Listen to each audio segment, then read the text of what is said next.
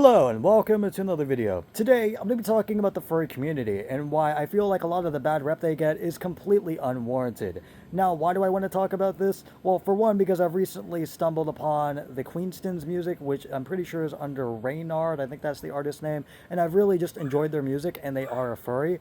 But not only that, but also just because when I started delving back into the furry community, because I actually was once a furry for a little bit in high school, I started to realize just how chill they are. Like, a lot of them are just fucking normal ass people, believe it or not, and are just expressing themselves in their own ways, which is the same as any other community on the internet. Now, I feel like a lot of the bad rep they get is because of a very bad group that is in the fur community that unfortunately exists, which are called zoophiles. I don't know why I put that in quotation marks, but zoophiles are basically people that are sexually attracted to animals, which is obviously bad because animals can't consent. And basically every furry under the sun will also agree with you and hate on zoophiles, rightfully so, because it's absolutely disgusting because, again, they can't consent. And that's exactly why every time, like, a furry points out they're a zoophile, they just get fucking pushed out of the furry community because nobody wants that shit. Because furries are actually very respective towards the animals, especially when they're basing an OC off of an animal. And by the way, when it comes to like OCs and all that, basically an OC, an original creation, when it comes to like making one and stuff, I'm pretty sure it's just taking an animal that a person likes and then putting human characteristics in them, like making them actually anthropomorphic, and then putting their own spin on it, putting their own personality into it, expressing themselves, which is really, really cool. That's basically what an OC is in the furry community in a very, very simplified, basic terms. So, yeah, it's really chill. A lot of them are just normal-ass people, believe it or not, and are just expressing themselves and actually extremely brave and confident to not really care what other people think and just express themselves, especially at like furry conventions, the ones that are like fully suited up as well in like fursuits. Those are the people that I respect the most because they just don't care what other people think of them. They're just being themselves and revealing their biggest insecurities towards other people without any care in the world, which is something that I've actually really inspired to do. To have that level of confidence is insanely cool. But not only that, not only is just the level of confidence insanely cool in furries, but also just generally a lot of furries are really, really cool. A big example of this, Odd Ones Out and Gideon Animations are furries. They've went to furry conventions and have fursuits, which is really, really cool.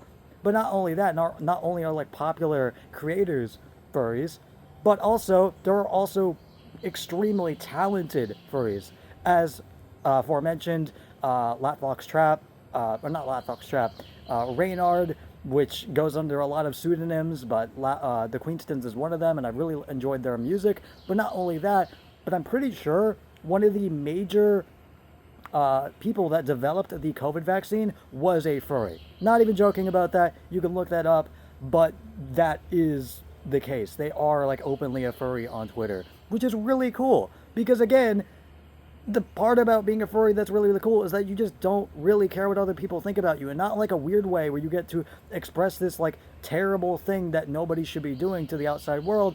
It's just being yourself unapologetically and expressing yourself in that way. And again, for the people that are the actual weirdos in the furry community that should be ostracized and shunned, they are. They are not welcomed in the furry community, and basically every single one of them will hate on them, rightfully so, because they're being harmful towards animals, which is absolutely disgusting when they cannot consent. And even if they could in some way consent, it's still not okay. So, yeah, that is basically it.